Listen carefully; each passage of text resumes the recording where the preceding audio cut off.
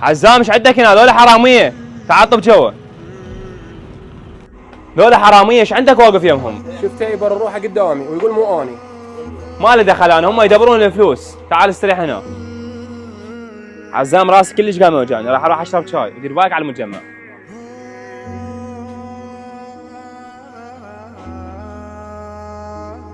وين ابو حسين؟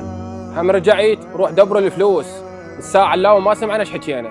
اني اللي بكت الفلوس، واني اللي اخذت المفاتيح، وانا اللي طفيت الكاميرات.